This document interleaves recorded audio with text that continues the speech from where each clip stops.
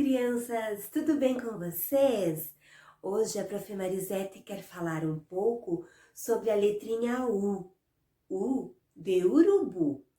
A letra U, crianças, é uma vogal e o som dela é igual o da pronúncia, U. Eu já vou explicar mais nas próximas atividades. E hoje eu trouxe um convidado especial para me ajudar. O urubu Balomeu.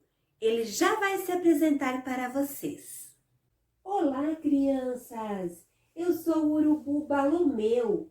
Estou um pouco cansado. Recém cheguei da festa no céu. Quero apresentar para vocês a vogal U. Existem várias palavras que começam com a letra U. Já vou explicar. E depois vou para casa para descansar. Tchau, crianças! U de uva. U de urubu.